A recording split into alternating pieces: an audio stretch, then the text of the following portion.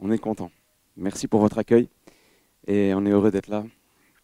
Je voudrais partager un thème avec vous qui s'intitule, si ça marche, c'est toujours sur off en fait.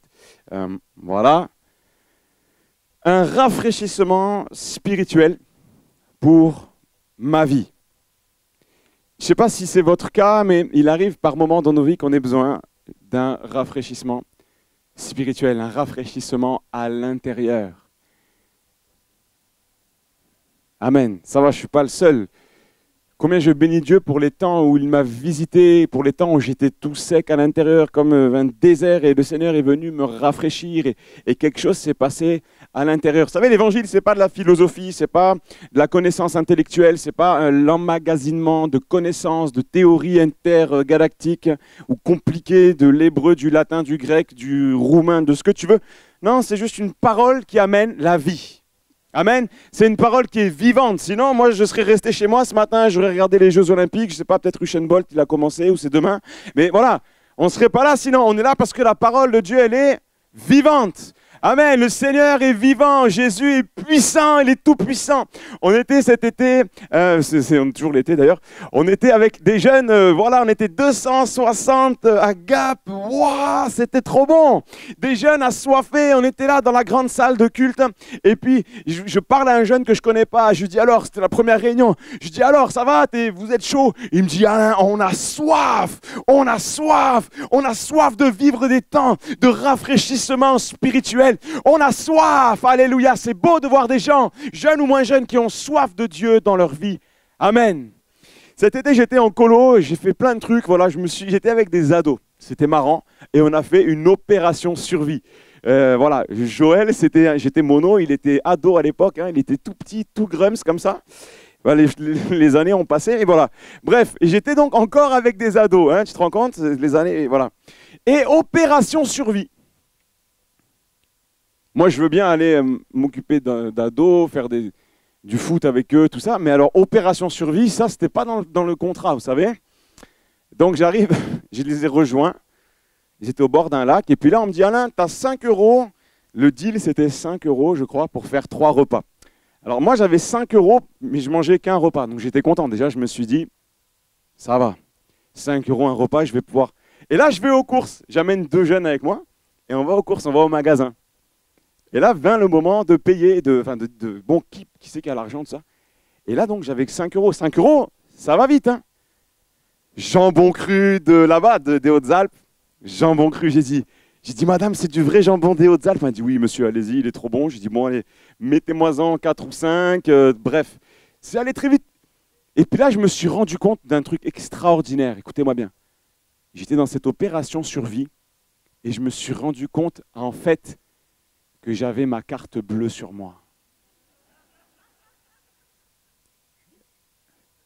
Et là, j'ai acheté des petits chorizo pour les ados et pour moi aussi, des petits desserts, des petits machins, des petits trucs, et je me suis régalé. Et vous savez, des fois, spirituellement, on croit que la vie chrétienne, c'est une opération survie.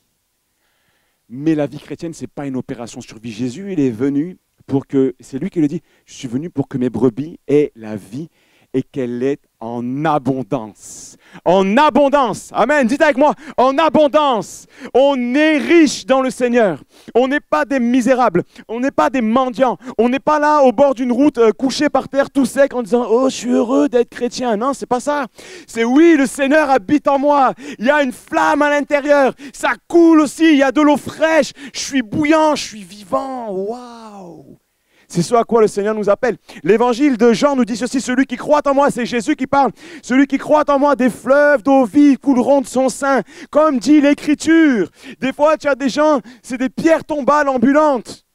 Et ils te disent, bonjour, je suis chrétien depuis 25 ans. Et tu dis, mais moi, j'ai pas envie de te ressembler à toi. Hein?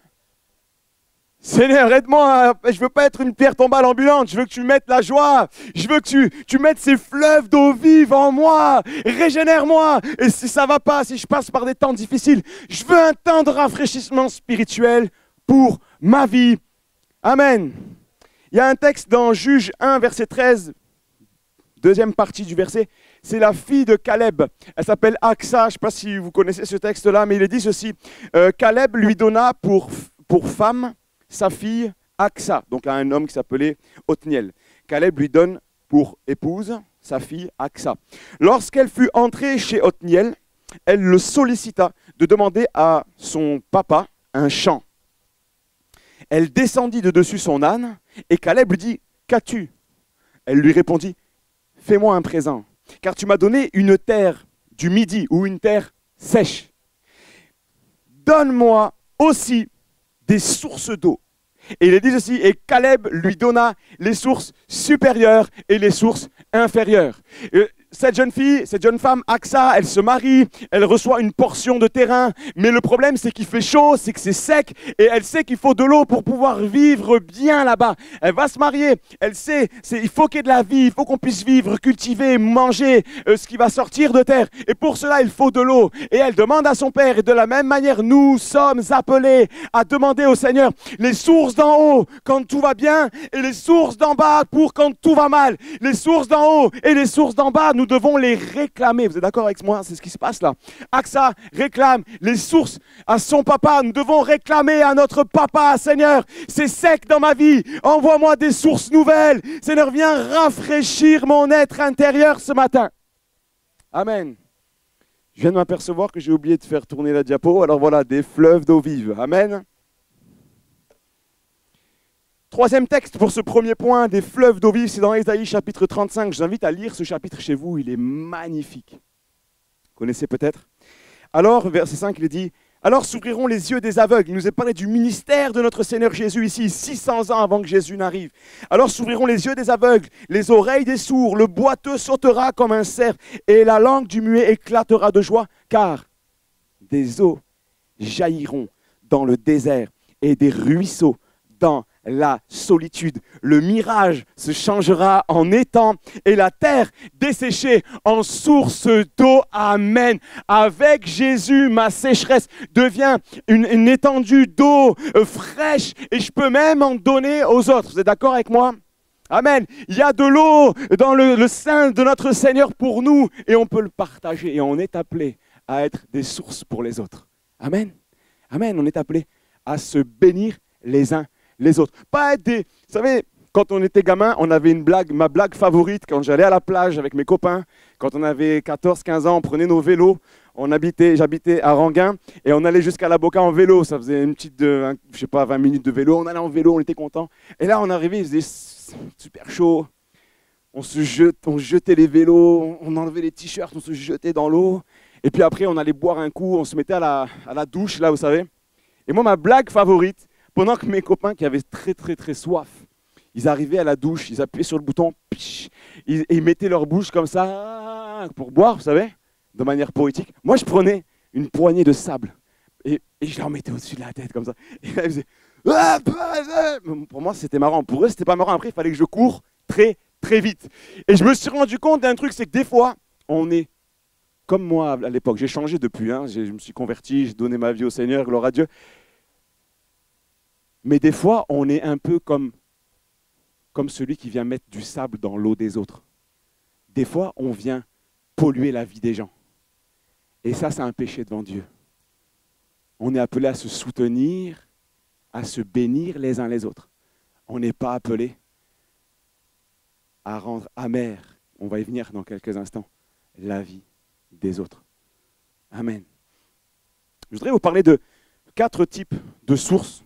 Ce matin, on va voir rapidement, hein, je ne veux pas être trop long, mais il y a 4 types de sources que j'aimerais partager avec vous. La première des sources, dans nos vies, dans nos cœurs, qui doit être présente, qui doit être abondante, c'est la source de ma relation personnelle avec le Seigneur. Psaume 87, verset 7 dit ceci. « Ceux qui chantent et ceux qui dansent s'écrient, toutes mes sources sont en toi. » Toutes mes sources sont en toi. Seigneur, tu es la source principale de ma vie. Lorsque je me suis converti, j'avais un ami qui était dans une toute petite église. Et un jour, je vais rendre visite à mon ami qui était en Haute-Savoie, une toute petite église. Il y avait peut-être 30 personnes, je ne sais plus combien, mais je m'étais fait cette remarque, mais comment il fait pour, à 17 ans, faire partie d'une église où la personne la plus jeune, c'est peut-être sa maman? à part lui. Comprenez? Et ils n'étaient que 15 ou 20. Et je me suis dit, mais comment il fait? Et puis je lui ai posé la question, mais comment tu fais? Et un matin, j'ai découvert son secret. Son secret, c'est que tous les jours, il passait du temps avec Dieu. Tous les jours, il lisait la Bible. Et il me disait, Alain, on ne peut pas sortir encore maintenant. Je dis, pourquoi?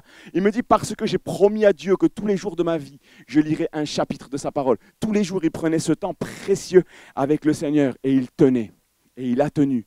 Et ce jeune est devenu quelqu'un de stable dans la foi. Et je crois à ce besoin de nos vies, d'une source personnelle qui émane de notre communion avec le Seigneur. C'est tout seul dans nos chambres qu'on va aller chercher la bénédiction.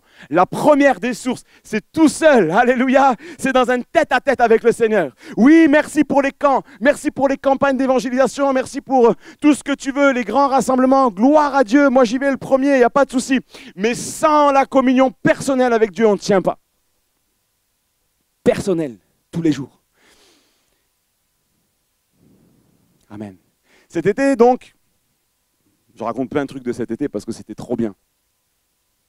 On était dans une soirée de fête avec les ados. Soirée antillaise. C'était la fête.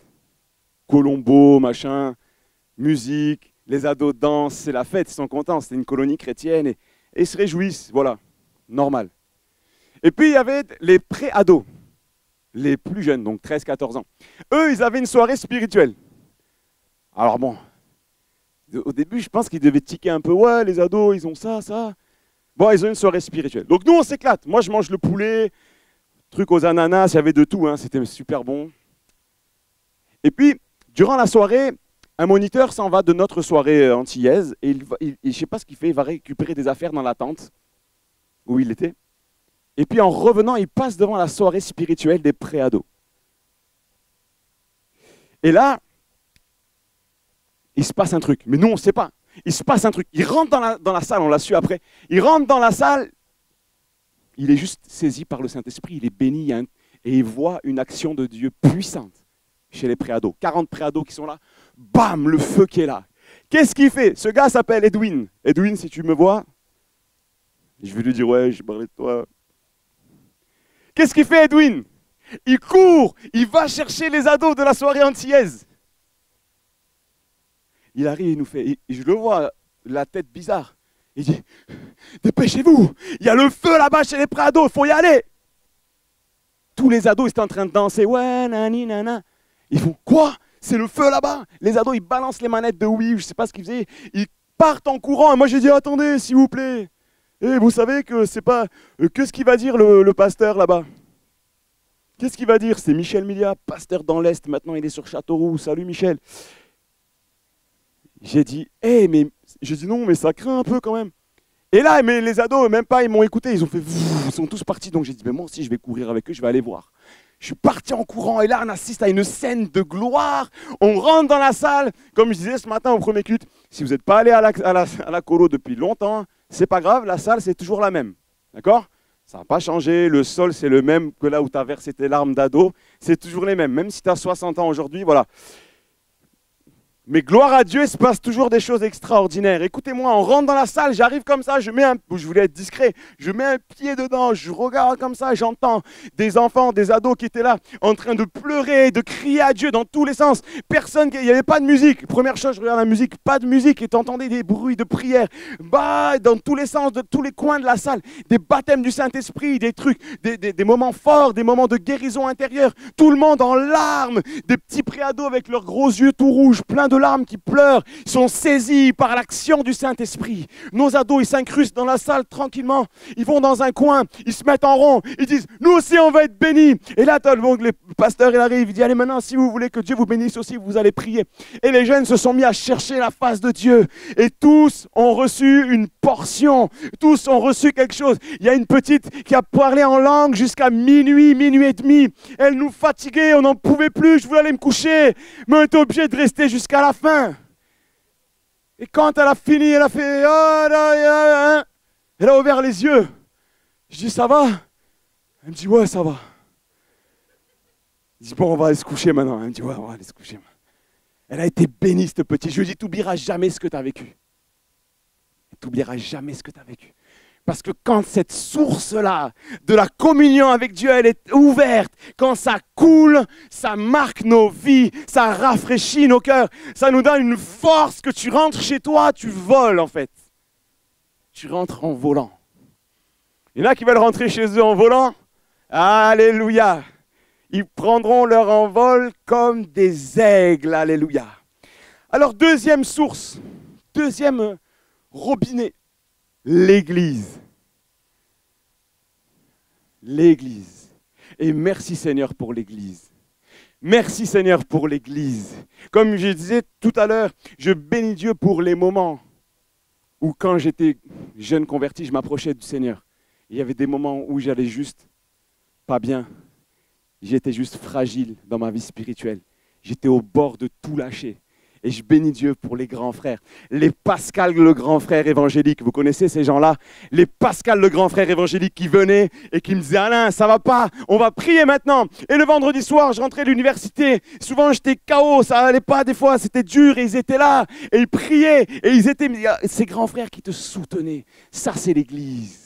Ça, c'est l'Église, un endroit où on peut prier les uns pour les autres, se bénir les uns les autres. Je bénis Dieu. Vous savez, un jour, je croise un gars et il me dit « Bonjour, on ne se connaît pas trop, mais je suis un petit peu dans votre église. En fait, je fais partie de 4 églises. » J'ai dit « Ah ouais, carrément. Mais comment vous faites? Vous allez en voiture, comme ça ?» Il me dit « Non, je fais toutes les églises d'Internet, je suis dans tout, je suis membre de là, je suis membre de là, je suis membre de là, je suis membre de là. » En fait, tu es membre de rien du tout. Il ne voit jamais personne, c'est sûr que tu t'embrouilles avec personne.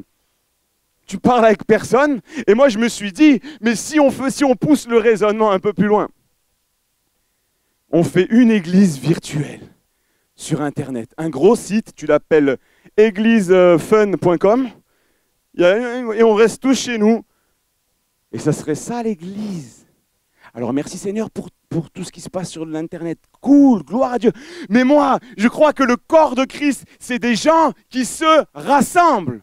C'est des gens qui s'encouragent les uns les autres. C'est des gens sur qui tu peux taper l'épaule là et dire hey, « Coco, on va prier pour toi. Si ça ne va pas, on est là. » C'est des gens qui vont te donner des conseils. C'est des gens qui vont pouvoir te reprendre aussi des fois. J'ai eu des moments où j'ai eu besoin qu'on vienne me mettre une petite gifle et me dire hey, « t'es en train de te planter. » Mais derrière mon écran, il n'y a personne qui pouvait me dire hey, « t'es en train de te planter. » Comprenez?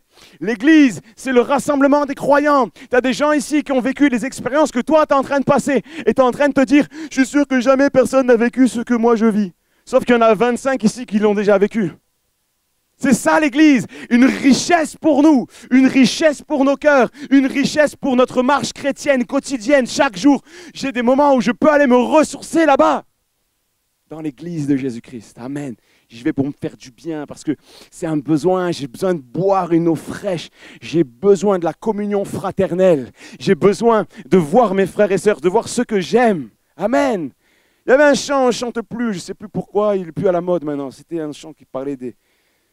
Tous les gens que j'aime, ceux qui me comprennent, yeah, c'est ici que je suis bien, c'est ici que je suis bien.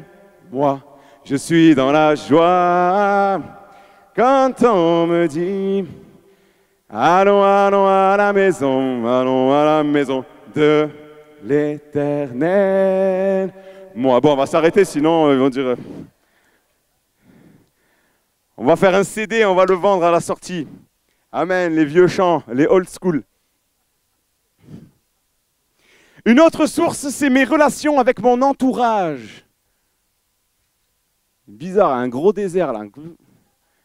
Mes relations avec mon entourage, mon caractère, mes paroles, mes réactions. Ta femme, elle en pense quoi? C'est une bonne question ça. Ta femme, elle en pense quoi? Et ton frère, il en pense quoi? On peut dire ça. Ton frère, il en pense quoi? C'est quoi ton... Vous savez, des fois, avec ma femme, on a des coups de pression parce que depuis 12 ans que nous sommes mariés, des fois, tu as des gens, des inconvertis qui viennent et qui te disent « Hey, je connais un gars, il est de ton église. » Et là, tu appuies sur pause, tu dis « Qu'est-ce qu'il va me sortir? Il va me sortir un dossier, il va me sortir un truc. » C'est le mec le plus bizarre que j'ai jamais vu de toute ma vie. Alors s'il dit ça, t'es mal. Tu dis, ouais, gloire à Dieu. tu vas voir, viens à l'église, ça va te faire du bien, le Seigneur il va te parler et tout. Et là, le gars il te dit, ouais, non, en fait, c'est un mec trop chelou. Non, ça arrive, mais ça arrive rarement. Qui ça est déjà arrivé à un témoignage contre-productif? Annie, ça t'est déjà arrivé? Bon, ok, moi ça m'est déjà arrivé de temps en temps. Mais comment ça fait du bien quand tu entends des témoignages glorieux? Moi, j'ai des témoignages, des gens d'ici même. Des gens qui sont venus me voir et me dire, ouais, hey, je connais le gars, monsieur machin, il est au top, il est au boulot, il est, franchement, c'est un gars, il est hors norme, quoi. Il est gentil, il est tout. Quand tu entends ça, tu te dis, vas-y, continue, continue, j'enregistre, ça fait trop du bien, vas-y. Ça fait plaisir. Ça, c'est un beau témoignage. Ça fait du bien, amen. Et c'est ça, l'église aussi, on est appelé à rayonner. Et on est appelé à être une source pour les autres, c'est ce que je vous disais. Mais également, si dans ton entourage, toutes les relations sont faussées, ternies, amères, ça va t'amener des sources mauvaises. Nous devons soigner nos relations. Aïe, aïe, aïe. Nous devons pardonner. Ah! Nous devons pardonner. Je vous donne une grande révélation. Vous savez, moi, je ne suis pas un grand prophète des nations, je ne suis pas un grand théologien, mais je sais lire ma Bible. Et je sais une chose, le chrétien n'a pas le droit de ne pas pardonner. Yeah, ça, tu ne savais pas ça avant de venir, hein? Si tu savais déjà, eh bien ça, il faut le mettre en application. Pardonner. Amen. Pardonne. Pardonne. On t'a fait du mal, pardonne. On t'a fait du mal, pardonne. On a fait du mal à Jésus. Un jour, un chrétien vient me voir et me dit, je ne comprends pas pourquoi on me fait ça, pourquoi je souffre comme ça, pourquoi ça et pourquoi ça. On aurait dit que c'était le seul mec de toute l'humanité qui était en train de souffrir. Mais je dis, mais tu sais que Jésus a souffert l'injustice. On lui a craché dessus, on l'a poignardé dans le dos, Judas l'a trahi. On lui a arraché l'épaule de la barbe, on lui a craché dessus. Jésus a enduré ça pour que nous puissions l'endurer. Amen. Jésus a enduré ça, ce n'était pas pour faire joli, pour faire bien une belle fin dans l'histoire de l'évangile, non. C'était pour que toi et moi, quand on allait nous faire du mal, on puisse se calquer sur ce Jésus qui, alors qu'on était en train de le trahir, qu'on le met sur une croix, et il dira, Père, pardonne-leur, pardonne-leur, pardonne-leur.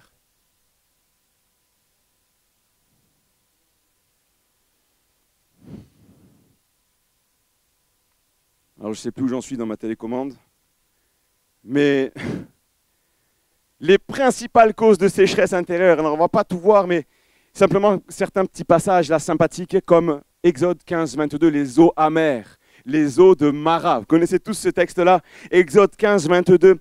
Ils arrivèrent à Mara, mais ils ne purent pas boire l'eau de Mara, parce qu'elle était amère. C'est pourquoi ce lieu fut appelé Mara. Le peuple murmura contre Moïse. Est-ce que toi tu murmures?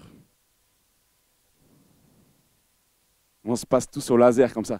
Si j'avais un scan de murmure, que je fais comme ça à chaque fois que ça fait bip, ça veut dire qu'il y a un murmure. Est-ce que ça ferait des rafales? Je sais pas, moi je te connais pas, mais je sais une chose, ne murmure pas. Des fois, moi, je me mords la joue à l'intérieur, comme ça. Oui, parce qu'à l'extérieur, ça serait compliqué, mais je me mords comme ça quand j'ai envie de dire un truc.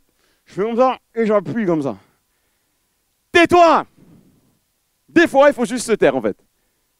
C'est vrai ou pas? Des fois, quelqu'un, il t'a mis la tête comme ça. Tu as envie d'exploser verbalement, même de lui sauter dessus. Juste tais-toi, maîtrise-toi. Jésus l'a fait avant toi. Tais-toi. Gloire à Dieu. Parce que si on murmure, les amis, les sources deviennent amères et on devient un désert spirituel. Des fois, des gens sont dans des déserts depuis X années. Et puis ils disent, je ne comprends pas ce que j'ai, je ne suis pas bien, je ne vais pas bien, c'est tout sec à l'intérieur. Et puis en parlant avec ces personnes-là, tu te rends compte qu'il y a de l'amertume contre plein de gens. Et ce qui est beau, c'est qu'au fur et à mesure du pardon, le cœur change. Au fur et à mesure du pardon, ces gens-là sont réhabilités. Ils sont rafraîchis.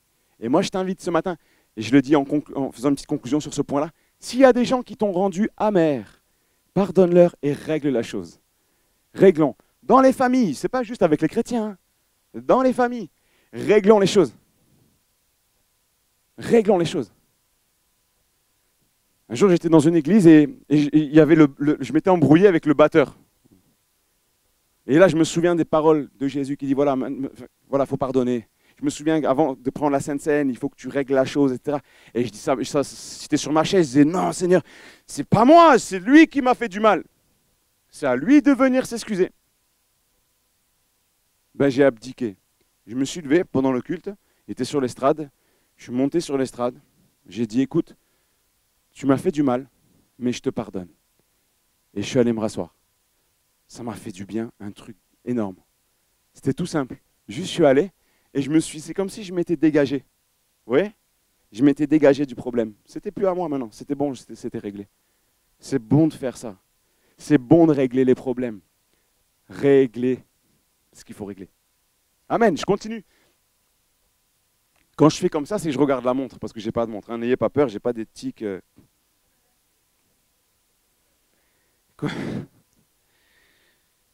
Les causes principales de la sécheresse, on pourrait en citer une autre, c'est les citernes crevassées.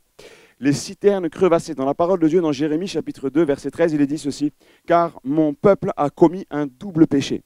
Ils m'ont abandonné, moi qui suis une source d'eau vive, pour se creuser des citernes crevassées, qui ne retiennent pas l'eau. » Oui, parce que quand on ne règle pas nos problèmes, c'est comme s'il y avait un trou, et qu'au fur et à mesure du cheminement de notre vie, l'eau s'en va. On perd la bénédiction. Est-ce que ça vous est déjà arrivé de perdre une bénédiction? Vous êtes là, vous êtes loin par le Seigneur. Il y a une approbation de Dieu sur votre vie. Et d'un coup, d'un seul, comme ça, vous savez qu'il y a quelque chose qui ne va pas dans votre vie. Vous ne réglez pas et vous sentez que l'approbation de Dieu s'en va. Vous avez perdu quelque chose. Parce que la citerne, elle est crevassée. Et ça, c'est ta part à toi. Ce n'est pas le pasteur, ce n'est pas les anciens, ce n'est pas les amis. C'est toi qui dois aller réparer. C'est toi qui dois réparer. Il y a des brèches qu'il faut refermer dans nos vies. Je bascule sur un autre point parce que j'aimerais bien aller au bout en fait. Alors j'ai oublié un mot. Hein. Pour la pluie descende. Pour que la pluie descende. Je voudrais lire un texte dans le livre du prophète Ésaïe. Hein, et je vais vous partager quelque chose que je trouve extraordinaire. Alors vous me direz si vous trouvez ça comme moi extraordinaire, mais moi je trouve ça super. Ésaïe 30, 22.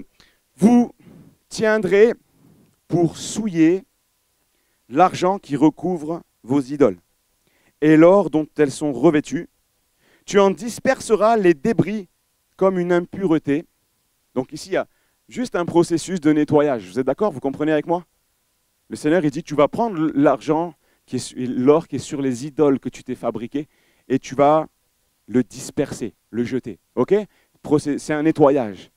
Et 2 points, il est dit, hors d'ici, leur diras-tu. Donc tu expulses ces choses de ta vie. Tu expulses ces choses de ta vie. Le thème, c'est rafraîchissement spirituel. Si tu expulses des choses de ta vie, si tu expulses le péché loin de toi, tu vas être rafraîchi. Et écoutez bien, il est dit, alors, il y a un lien de cause à effet immédiat. Tu enlèves ces choses, alors, il répandra la pluie sur la semence que tu auras mise en terre. Et c'est ici le point que je trouve très intéressant. Alors, il répandra la pluie sur la semence que tu auras mise en terre. Ça veut dire que avant que tu ne vois même un nuage arriver, tu vas commencer à semer. Tu vas semer, même si c'est dans un désert, tu vas semer.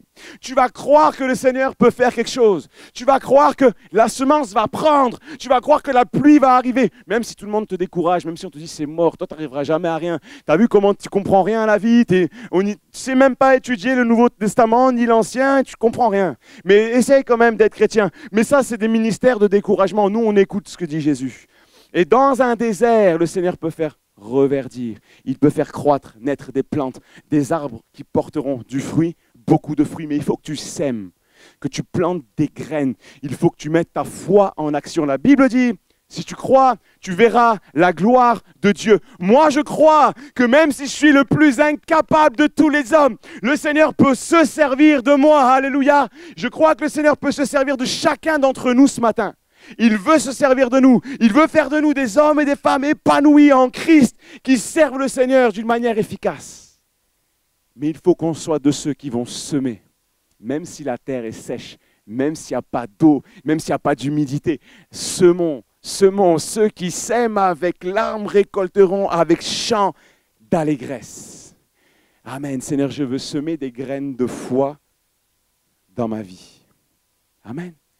Semer, amen. Je veux semer pour ma famille. Je veux semer pour mes enfants. Je veux semer des graines de foi pour mon couple. Même si dans mon couple, c'est le désert, je crois que ça va reverdir, Seigneur. Amen. Je crois que même si mes enfants, même s'ils ne me parlent plus, je crois, parce que je le déclare par la foi, les choses vont changer. Amen. Tu restaures. La parole de Dieu nous le dit. Le Seigneur, il rebâtit sur d'anciennes ruines. Alléluia. Ils relèveront, il parle au sujet des enfants de Dieu, ils relèveront d'antiques décombres. Il n'y a rien qui est impossible à notre Dieu. Et il est dit ceci dans la suite du texte. Et le pain que produira la terre sera savoureux et nourrissant. Et le pain que produira la terre sera savoureux et nourrissant. Et la question que je vous pose, c'est est-ce que dans la terre, il pousse directement des baguettes, des banettes? Non. Il faut que quelqu'un se lève tôt et fasse au moulin. C'est comme ça qu'on dit, le truc qui écrase les...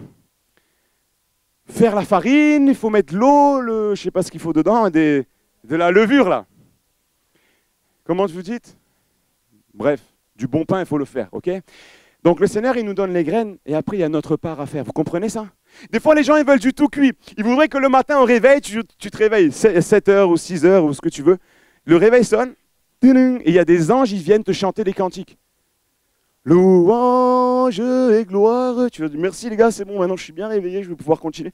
C'est pas comme ça que ça marche. Il y a ta propre part à faire pour être rafraîchi, pour que la pluie descende, qu'elle reste, qu'elle demeure sur ma vie. J'ai besoin de faire ma part. Une fois que la pluie descend, que le blé pousse, il faut que j'aille chercher le blé, que j'écrase, que je fasse du pain. Et je sais une chose, la parole de Dieu me le dit, la nourriture sera succulente. Le pain sera délicieux. Le pain sera bon. Oui, parce que Jésus est venu pour que ses brebis aient la vie et la vie en abondance. Ça veut dire une vie de joie. Amen. Une vie de paix. Alléluia. Le prince de la paix habite dans nos cœurs. On va être remplis de paix. Amen. Je souffre quand je vois des chrétiens qui me disent « Moi, je n'ai pas la paix, ça fait 20 ans. » Et vous rigolez, mais ils ne rigolent pas, eux. Hein. Ils pleurent. Hein. Seigneur, moi je veux un pain succulent pour ma vie. Je veux une vie succulente, une vie extraordinaire. Amen. Le Seigneur prend des gens tout petits et il leur fait vivre des trucs extraordinaires. C'est le plan de Dieu. Il ne va pas chercher les grands hommes. Il va chercher les petits hommes, les petites dames aussi. Dernière source. Oui, parce que les grands, ils ont tellement la grosse tête que c'est eux qui voudraient donner des conseils au Seigneur, vous comprenez? Regardez, c'est mignon. Oh. La source des larmes. Ça, c'est moins mignon. La source des larmes. Vous savez, il y a ce texte magnifique que nous avons lu vendredi, pour ceux qui étaient là. Vous connaissez, c'est Psaume 84, versets 6, 7, 8. Il est dit « Heureux ceux qui placent en toi leur appui. Ils trouvent dans leur cœur des chemins tout tracés. Lorsqu'ils traversent la vallée des pleurs ou la vallée de Baca, ils la transforment en un lieu plein de sources.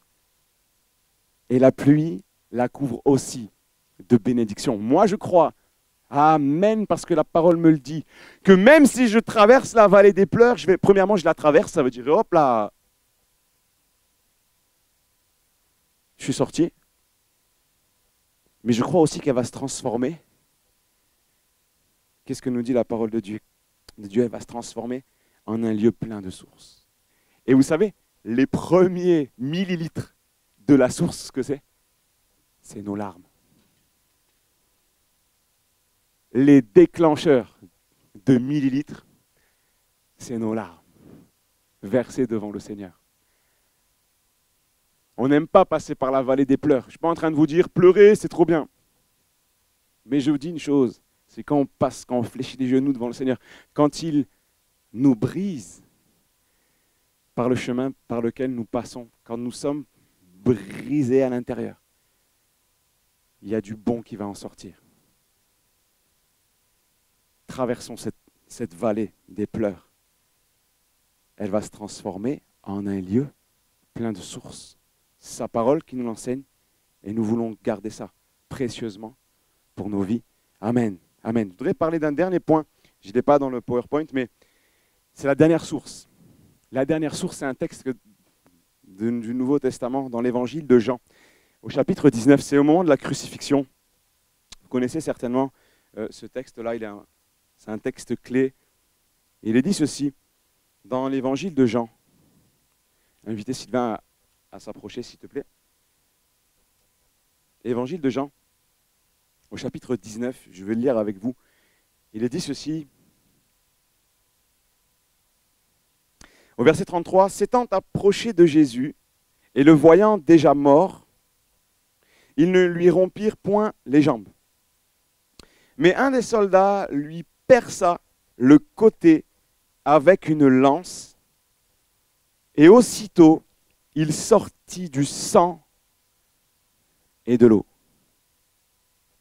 Celui qui l'a vu en a rendu témoignage, et son témoignage est vrai, et il sait qu'il dit vrai, afin que vous croyiez, vous aussi. » Jésus est sur la croix du calvaire. Jésus arrive au bout de sa vie, de son ministère terrestre. On le crucifie, il est là sur la croix. Et là, à ce moment précis, quelqu'un vient et il lui plante une lance sur le côté. Et la Bible me dit qu'il en sort du sang et de l'eau, ou de l'eau et du sang. Merci Seigneur pour le sang de Jésus qui me lave et qui me purifie de tout péché. Mais ici, il y a l'accomplissement de ce que Jésus avait dit. Jésus avait dit, celui qui croit en moi, c'est ce qu'on a cité au départ, celui qui croit en moi, des fleuves d'eau vive couleront de son sein, comme dit la parole de Dieu. Et là, à ce moment-là, alors qu'il est prêt de rendre son... Il est là, c'est fini. On le transperce et il y a de l'eau qui sort. Vous savez ce que c'est cette eau? C'est le symbole pour nous que la croix restera toujours une source de vie dans nos cœurs. La croix de Jésus restera toujours une source d'eau vive pour nos cœurs. À la croix, Jésus a donné cette parole extraordinaire. Alors qu'il rend son dernier soupir, oui, il pensera à ceux qui l'ont condamné en disant « Père, pardonne-leur parce qu'ils ne savent pas ce qu'ils font ». Mais il dira aussi « Tout est accompli, Seigneur ». Tout est accompli. Ça veut dire, quel que soit le chemin par lequel tu passes, toi.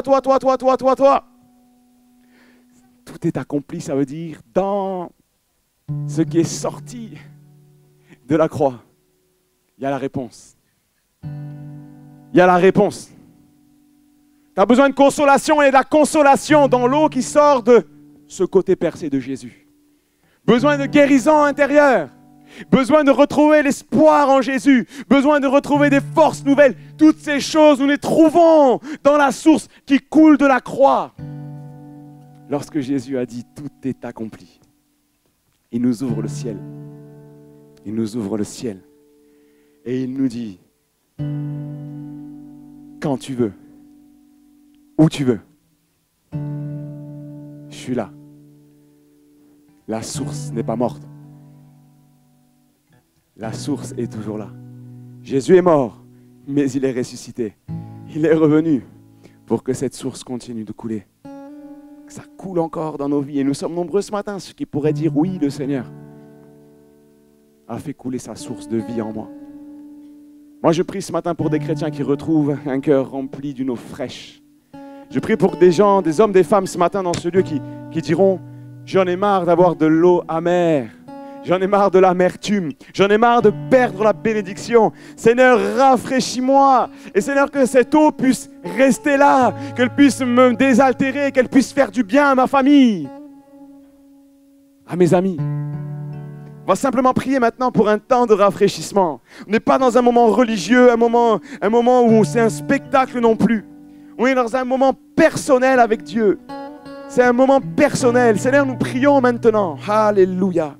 Je voudrais inviter l'Église à se lever pour ce moment de prière tout simple. Un moment de prière tout simple. C'est pas des choses nouvelles. La parole de Dieu reste la même. Et l'action de Dieu dans un cœur pour le régénérer, pour lui redonner la vie, reste toujours la même. Ce matin, Seigneur, nous prions que ce lieu se transforme en un endroit de ressourcement maintenant.